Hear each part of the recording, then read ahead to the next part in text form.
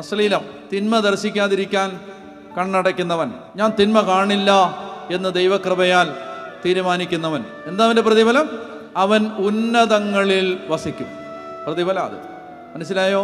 അവൻ ഉന്നതങ്ങളിൽ. ഓരോ കുമ്പസാരവും നമ്മുടെ കുടുംബത്തെ ഉയർച്ചയുടെ അടുത്ത ഘട്ടത്തിലേക്ക് കൊണ്ടുപോകും. ഓരോ കുമ്പസാരവും നമ്മുടെ ജീവിതത്തെ ദൈവം ഉയർത്തുന്ന വഴികളിലേക്ക് കൊണ്ടുപോകും. പണ്ട് വർഷങ്ങൾക്ക് മുമ്പ് വട്ടാലിച്ചൻ എനിക്കൊരു ഉപദേശം തന്നു. ഉപദേശം ഇതായിരുന്നു: മോനെ, കുമ്പസാരിച്ച് കുമ്പസാരിച്ച് കയറി വരാൻ പറഞ്ഞു. ഭയങ്കര വാക്കാണത്, കുമ്പസാരിച്ച് കുമ്പസാരിച്ച് കയറി വരാൻ. അന്ന് എനിക്ക് മനസ്സിലായില്ല എന്താന്ന്. അതായത് ഏറ്റവും മൈന്യൂട്ടായ തിന്മകൾ വരെ കണ്ടെത്തി ഏറ്റുപറഞ്ഞ് കയറി വരാൻ. കണ്ടോ, അത് വലിയ കാര്യമാണത്.